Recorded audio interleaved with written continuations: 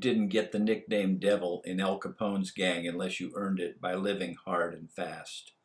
And 19-year-old George Devil Meyer had lived up to the moniker one foul deed at a time. As his name suggests, he was ruthless and violent. He was also so good behind the wheel of Capone's top-of-the-line vehicles that he quickly became the main driver for the mob's weekly payoffs to crooked policemen and politicians.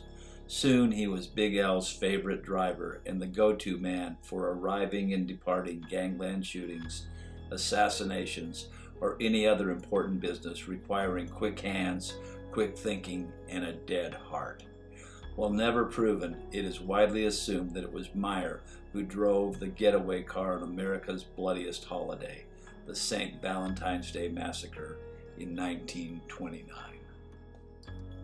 By his late teens, George was already living the life of a gangster, enjoying money that fueled the high life until the day he and two friends held up a payroll guard and one of his co-defendants shot and killed a police officer. The officer had fired first, but it was Meyer's accomplice who fired last and stopped the man cold. 3 days later, the three assailants were picked up and sent to Cook County Jail.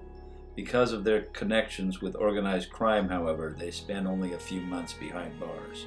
And it was in jail that Meyer watched Capone's men walk in one door and out the other while never spending any significant time. During a war between rival gangs that Meyer was caught in the crossfire and shot in the gut, a blow that hit him so hard he was slammed into the wall behind him. The bullet had lodged so close to his spinal column that one bad move could leave him dead. When the kid was dropped off half dead at the St. Anne's Hospital emergency room, nobody rushed to help him. To the nurses on duty, he was just another crazy hoodlum caught up in the gang violence tearing their city apart.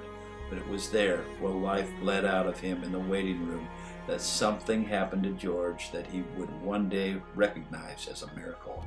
A doctor was leaving the hospital when he spotted the dying boy holding his bleeding guts in the waiting room and decided to stay and help him. The bullet was lodged in an extremely difficult position, and his doctor was one of the few in the world who could pull off this medical miracle successfully. After saving his life, George confronted the surgeon and thanked him. "Don't thank me," replied the doctor. "Thank your Maker in heaven."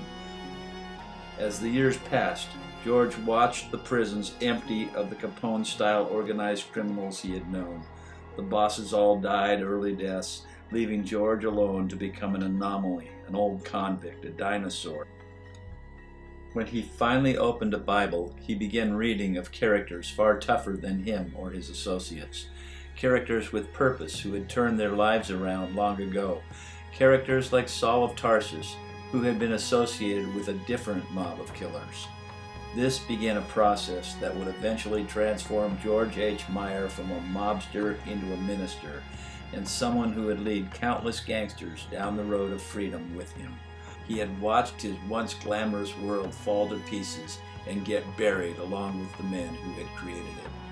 From the time of his conversion in the mid-70s, George told his story in prisons and to everyone who would listen. Devil was dead and gone. What happened to George Meyer's friends and associates? George Bugs Moran, leader of the notorious North Side Gang, Moran narrowly escaped being gunned down in the St. Valentine's Day Massacre. As his fortune depleted, he returned to his life as a petty criminal. He eventually died in prison. Dutch Schultz, beer baron of the Bronx and boss of the Numbers Racket in New York.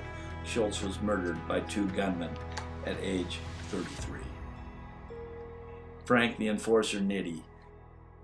After an 18-month prison term, Nitti survived being shot 3 times in the neck by a police officer. In 1943, Nitti shot himself in the head 2 days before a grand jury appearance. Al Capone. Alphonse Gabriel Capone continues to be celebrated as the prototypical gangster and boss who ran the underworld. He is the gangster of all gangsters and someone everyone on their way up tries to imitate. In reality, his empire crumbled nearly as soon as it began. He was a mere 32 years old when he began serving an 11-year sentence for income tax evasion.